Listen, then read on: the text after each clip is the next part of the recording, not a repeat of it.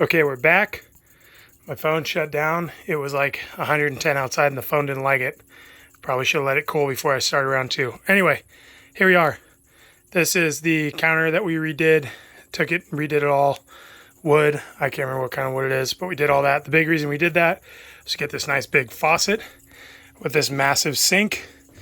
I'll put my arm down so you can see. I mean, this is a real garbage representation, but this is big by huge. You're not going to find an RV sink this big. How deep is it, you ask? Pretty damn deep, elbow deep. I can't remember the exact measurements, but it's huge. We were able to put all of our dishes in there all at one time, which is magical. You don't have many dishes in an RV, but most of the time you got this tiny little baby sink and it sucks. This stove, this runs off of propane. Most of the time, in reality, you won't use this because, as you could imagine, having an open flame in here, beyond it being a little dangerous, which it's not terribly dangerous, it's all set up in a way that the flame wouldn't hit anything. It's more so that it makes everything in here really hot. This is a small space, so that'll heat this space. Then you got to have your AC blasting or whatever to hope it cools down or be in a cool spot. Nobody likes that. You end up doing a lot of cooking outside, or you use this convection oven microwave that operates pretty much like a regular microwave, but it's a convection oven with all these little buttons and so on and so forth. Storage, storage, storage. Come over here. There's the Big Daddy fridge. So this is typically a lot of RV fridges will be one of these sizes. We have two sides. So if I open this bad boy up, huzzah, you got this big old opening a sink. I probably should have grabbed a gallon of milk or something, but here's a can of beer. Everybody knows how big a can of beer is. Okay, so you can get kind of an idea of like, oh wow, for an RV, that's a grip. That's a grip of space. Okay, then I put that on my amateur bookshelf. Close this bad boy. Open up a friend. And we got a freezer up top. That guy makes ice cubes. Then you got ice cubes living up here. I think it's when you put this up, that's when it makes ice. It's one of the two. I can't remember. Obviously, we don't have it making ice just sitting in my driveway. This is a freezer. It gets very, very cold. This fridge will actually get cold enough that it'll like freeze your milk in there. So you got to be careful where you put stuff sometimes. But that's a good problem to have as far as problems go. This is how you set your temp, right? So I go up, I go down. I had this set on the cold temp to make sure that it could still get to where it needed to be. The mode, this will switch it over to propane. This will turn it on and off, which will probably not do much. When you turn it on and you put it to AU, it'll automatically set it to power if it can, and then propane is backup. So it's not really advised, but some people do when they're driving the RV. They set this to propane mode, so then your fridge is working while you're driving. Problem is propane is obviously volatile and you'll have gas flowing, and that could be dangerous. There's plenty of news articles about RVs lighting on fire that had propane going.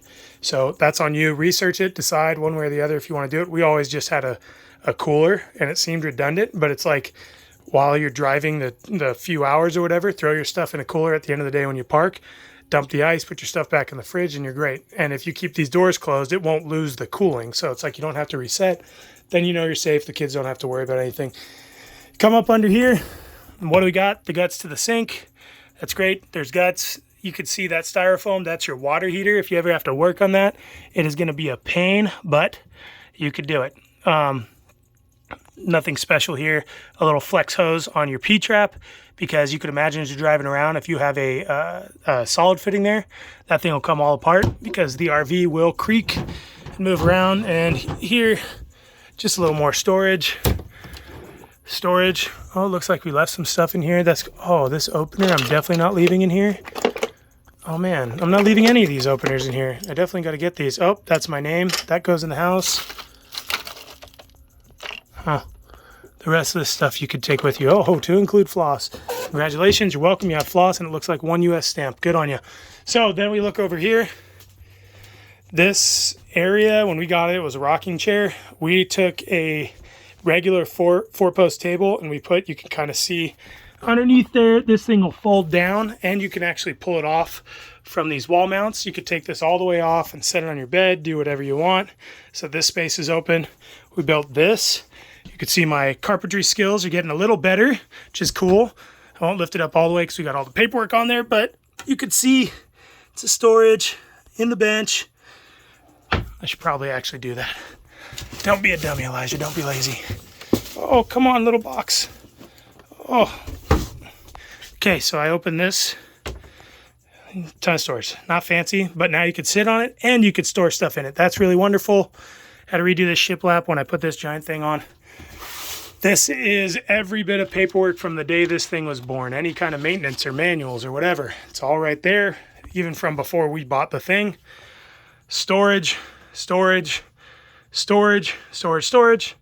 Up in here, entertainment center brain. So there's actually, we have a Blu-ray player in there, but you could see all these guts. This is from the old entertainment system that came with this. You could actually go find and redo it if you'd like, and get it to all hook up and work the speakers and all that. Not my speed, didn't want to bother with it. This is an HDMI splitter, so we took it out, but what we used to have was coming off of this end, we had a Fire Stick, and then this all goes to this TV. So I'd hit that splitter. If I wanted to go to the Fire Stick, I hit that splitter and it pops up here. If I want to go to the Bluetooth or to the Blu-ray, I hit that splitter and it comes up here. This TV is not a smart TV, but the Fire Stick made up for that. You've got a lot of stuff right here in the captain's seat. You can see these have no labels and you don't really use much of them, but you use air dump when you go to set this thing. When you go to start it, you air dump everything. So first you'll hit this to all, and what that does is this releases your jacks. It blows all the air out of your jacks, drops to the ground, hit air dump, and it should drop you as much as possible, blow all the air out of the system. And then the RV will rebalance itself to the best spot it needs to be. And then cruise control, I always figure it out when I'm driving. I believe you turn this on, see, because it's got this, that'll go either green or red. So you turn this on and then you hit this. This turns on the functionality. This allows you to, once you push this down, that allows you to set it at whatever speed you're going. Typically, I hit 55 and I hit this and then you go up 55 forever and ever and ever. Here's your e-brake. This is exactly what it sounds like. It sounds like a semi-truck for those of you who haven't been in an RV. So you pull this thing and it'll put the brakes on. When you push it down, you hear the and that's letting go of the brakes. And then when you need to push the jacks up, so when you park, right? When you park, you shut your little motor off and then you turn your key back to on. And first you do the front jack. So you'll hit it to the top to extend. And you'll hear it go, and that's it pushing out. And then you hear it kind of pump this bad boy up, pick up the front, and then you do the left and the right to balance it out. I know what you're saying, Elijah, how do I know it's level?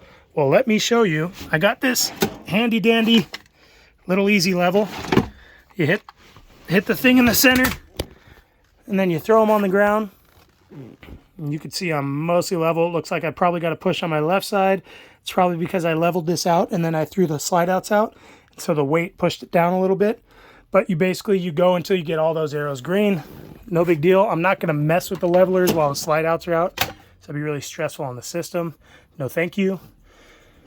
Got some plugs. It's the same, works the same as a car. You got right here, I wonder, yeah, these do work. So your shades, if you look up, you'll see this shade come down. When you're driving, you can put that down. You got one that goes over on the right too, and that's pretty nice. Matter of fact, I'll probably put them down. Any prevention of sun in here while it's sitting still is probably good. Gen start, you remember outside I said you could do the generator from in here. You hold this down. Oops, sorry, you hold it up. I'm not going to do it while we're plugged in, but you hold this up and you can see it blinking. It'll blink until it starts. You keep your finger down. And then once that light goes solid, you let it go. Your generator's going. Here's your radio button. You could turn it on or off. In my paragraph of things that are wrong that I got to fix, this radio just stopped working. I don't know why. I don't know if the radiator or the radio went bad, but I didn't see any bad fuses or anything, so that's something that needs to get figured out. But it did used to work, so I think this head unit just took a dump, and it is what it is. I don't know what this does. It's been here the whole time. I've never used it. These are gauges, window things. That's it. Nothing super duper crazy. Your wheel. So you got this guy. brings your wheel back and forth. It's important because it's hard to get up and out. Okay, I come over here. What do I have over here? I have my ceiling light, so that'll turn my light on and off above me. I have my porch light. This turns my light on and off out there. My entry step. So this, see that step going? And I close this. I don't know if you could hear the noise, but the RV, as long as this is on, the RV just sucked that up. So you'll see when I open this. Now, if I shut this off, it just made a noise you probably didn't hear. It didn't move because I shut that off. I shut this off, so now it remains stationary. See, it's already there. So then I will have to turn it back on, close. You can hear him sucking it up. It's important you do that because when you drive away, you don't want to leave that step down. The last thing is this battery cutoff. This is also known in the industry as a dealer switch. This is really only there for dealers who have 10 million RVs on their lot, so then they can come hit all these, ut their batteries off so their stuff doesn't go dead in the lot. I had to bypass it in order for our system to work because the relay went bad inside of there, and they don't make the relay anymore. So basically what this is in our outside video, you see the two red knobs on the batteries that you turn off and on. This, even if they were on, this would totally cut them. So it kills all the power in your RV and makes sure your batteries don't die. If you're actually living out of your RV or traveling, that won't be a problem. When you park, if you're worried about your batteries dying, you need to turn those things off. But ultimately, if they die, you plug them back in the same way I've got them plugged in out there. You can kind of see that orange cord. Give them a day, they'll be good. And what do we have here? Cover on the step, passenger shade. Ooh, what is this? Oh, that's just the right shade. The cover on the step. It's this guy. I don't know, we never really used it. Storage lights. I don't know what that is. The step well light, if it's really dark for your feet, there you go. The other cool thing that we have in here, at least I think it's cool, but we also could have just gotten crazy, is I put these here because our kids are small. So they would come in and they could grab these remotes. What these remotes are, I hope this works, is these lights up here. It's daytime, so it you can't see like how cool it is. But or maybe you don't think it's cool at all. But at nighttime, these are LEDs. This will glow the whole thing up. So you can see you've got every color and their sister and a bunch of patterns, everything, right? So we did this so the kids could always turn the lights on and off, and also because it just looks really cool when you're in the park. And you're walking down, you can see our lights go all the way up and around. And it's really cool when you turn these on and the kids get really amped when they see their RV is glowing and it looks like one of the cool RVs in the park. That goes right there. Okay, let's go back. And I'm out of breath. I should probably start running, lose some weight. Okay, you've seen this, we've seen the front, so now we're gonna move. Now we're gonna go right to the middle. Here's the bathroom. We redid all the walls, the little floor. It's just laminate flooring, nothing magic. Painted it, tile. Where's my light switch? The light, you know, all that kind of stuff. Now I know what you're thinking. Hey Elijah, this looks delaminated. You're absolutely right. It sat in the heat. And I think this is on the list of things that if I was in your shoes, I might spend an afternoon on the weekend, go through and redo all this.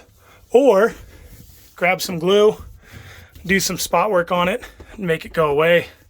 It's up to you really what you want to do. The other thing you're going to notice, hey Elijah, there's no mirror here. That's because there was. We were driving, it dropped, and when I went to repair the holders for these screws, I broke the mirror because I'm garbage at repair work apparently. So unfortunately, I don't have a mirror here. Good news is it was like $50 at IKEA. Looks like my phone is gonna die, so I gotta stop.